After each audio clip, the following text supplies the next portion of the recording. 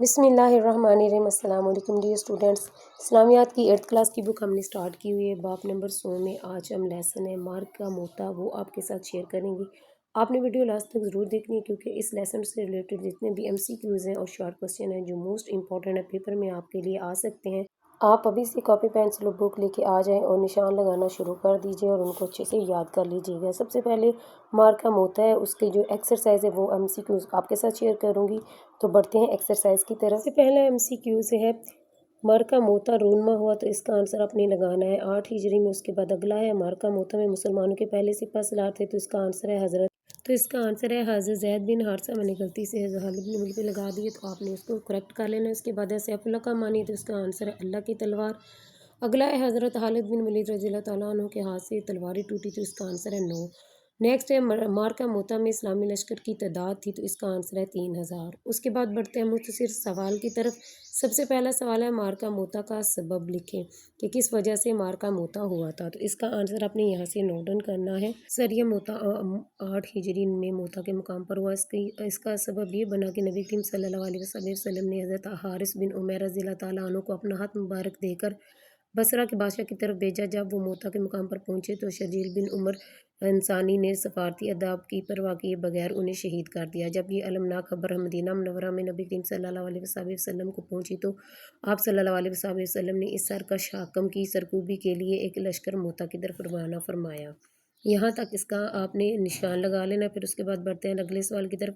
نبی کریم صلی اللہ علیہ وسلم نے کن 3 صحابہ کرام رضی اللہ تعالیٰ عنہ کو مارکہ موتا میں سپہ سالار مقرر کیا، تو اس کا آنسر آپ نے یہاں سے لکھنا ہے۔ نبی کریم صلی اللہ علیہ وسلم نے حضرت زید بن حارثہ رضی اللہ تعالیٰ عنہ کو اس لشکر کا سپہ سالار بنایا اور ساتھ یہ بھی تاکید فرمائی کہ اگر زید بن رضی اللہ تعالیٰ عنہ شہید ہو جائیں تو حضرت جعفر بن ابی طالب رضی اللہ تعالیٰ عنہ سپہ سالار ہوں گے، اگر وہ بھی شہید کر دیے جائیں تو حضرت عبداللہ بن رواحہ رضی اللہ تعالیٰ عنہ سپہ سالار بن جائیں گے، اگر عبداللہ بن رواحہ رضی اللہ تعالیٰ عنہ بھی شہید ہو جائیں تو مسلمان جس کو چاہیں اپنا امیر منتخب کر لیں۔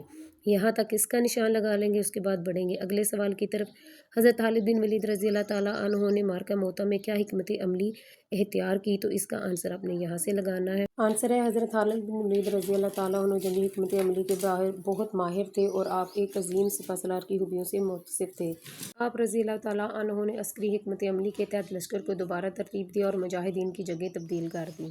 اس کے بعد اگلا سوال ہے مارکہ موتا کے متعلق نبی کریم خاتم النبیین صلی اللہ علیہ وسلم کا کون سا معجزہ ظاہر ہوا۔ آنسر ہے ایک طرف موتا کے مقام پر مسلمان رومیوں کے خلاف برسر پیکار تھے اور جواں مردی کے ساتھ ان کا مقابلہ کر رہے تھے، دوسری طرف مدینہ منورہ میں نبی کریم صلی اللہ علیہ وسلم اپنے صحابہ کرام رضی اللہ تعالیٰ عنہ کو مارکہ موتا کے حالات بتا رہے تھے۔ اس کے بعد آخری سوال ہے مارکہ موتا کے 2 نتائج تحریر کریں، تو اس کا آنسر ہے مارکہ موتا کے نتائج میں سب سے اہم بات یہ ہے کہ رومیوں کا رعب اور دبدبہ جاتا رہا کیونکہ مسلمان ہی وہ پہلی طاقت تھے جنہوں نے رومیوں کو للکارا اور اس طرح شام اور ارد گرد کے علاقوں میں اسلام کی اکثری داغ بیٹھ گئی۔ اس کے بعد اگلا سوال ہے تفصیلی سوال نمبر 1 ہے مارکہ موتا میں اسلامی لشکر کے سپہ سالاروں کی بہادری اور شجاعت کے واقعات تحریر کریں، تو آپ نے آنسر ہے نبی کریم صلی اللہ علیہ وسلم نے حضرت زید بن حارثہ کو سپہ سالار بنایا اور ساتھ یہ بھی تاکید فرمائی کہ اگر زید بن حارثہ شہید ہو جائیں تو جعفر بن ابی طالب رضی اللہ تعالیٰ عنہ سپہ سالار ہوں گے، اگر وہ بھی شہید کر دیے جائیں تو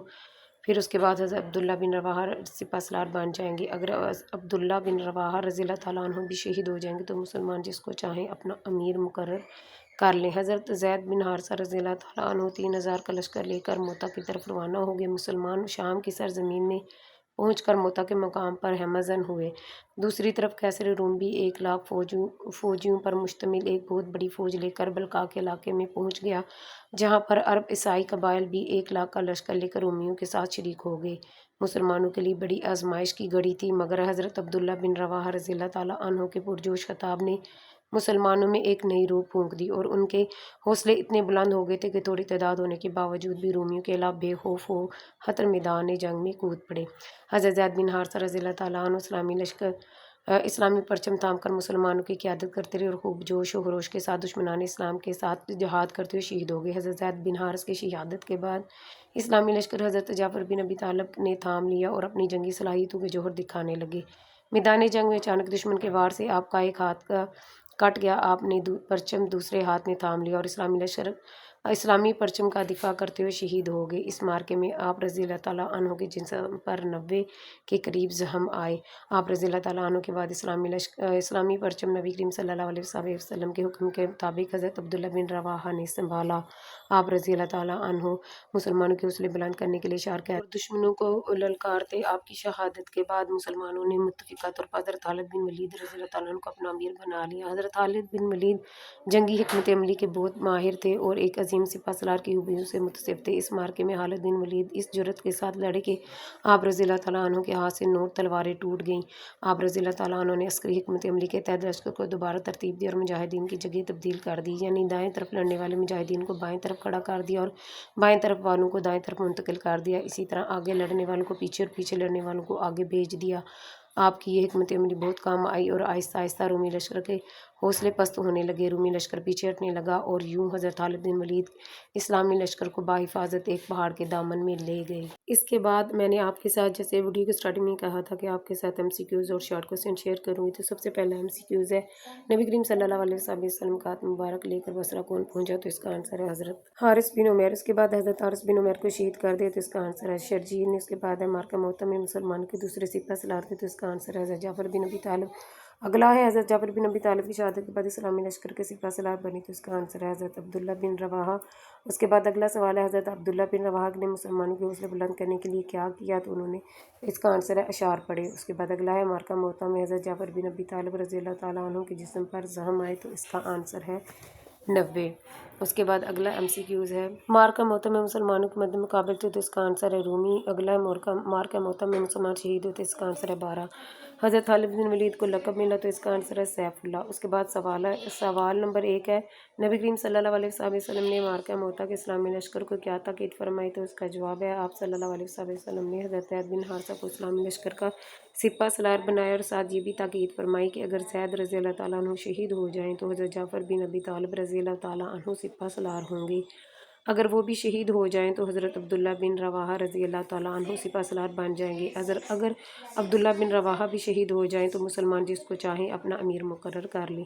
اس کے بعد اگلا سوال ہے مارکہ موتا میں حضرت عبداللہ بن رواحہ کے خطاب نے مسلمانوں پر کیا اثر کیا؟ تو اس کا جواب ہے اس مارکے میں حضرت عبداللہ بن رواحہ کے پرجوش خطاب نے مسلمانوں میں ایک نئی روح پھونک دی اور ان کے حوصلے اتنے بلند ہو گئے کہ وہ تھوڑی تعداد ہونے کے باوجود بھی رومیوں کے خلاف بے خوف و خطر میدان جنگ میں کود پڑے۔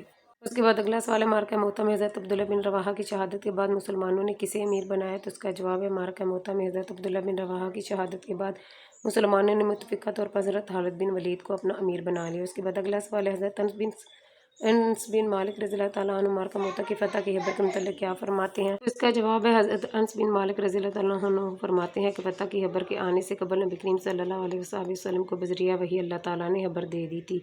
اگلا سوال ہے نبی کریم صلی اللہ علیہ وسلم نے شہدائے موتا کے متعلق کیا ارشاد فرمایا؟ تو اس کا جواب ہے نبی کریم صلی اللہ علیہ وسلم نے فرمایا زید نے پرچم کو پکڑا اور وہ شہید ہو گئے، پھر اسے جعفر نے لے لیا، وہ بھی شہید ہو گئے، پھر اسے ابن رواحہ نے تھام لیا اور وہ بھی جام شہادت نوش کر گئے۔ یہ بیان کرتے ہوئے آپ صلی اللہ علیہ وسلم کی آنکھیں اشکبار ہو گئیں۔ اب پرچم کو اللہ تعالیٰ کی تلواروں میں سے ایک تلوار نے لے لیا ہے تاکہ اللہ تعالیٰ نے مسلمانوں کو فتح نصرت سے سرفراز فرما دیا ہے۔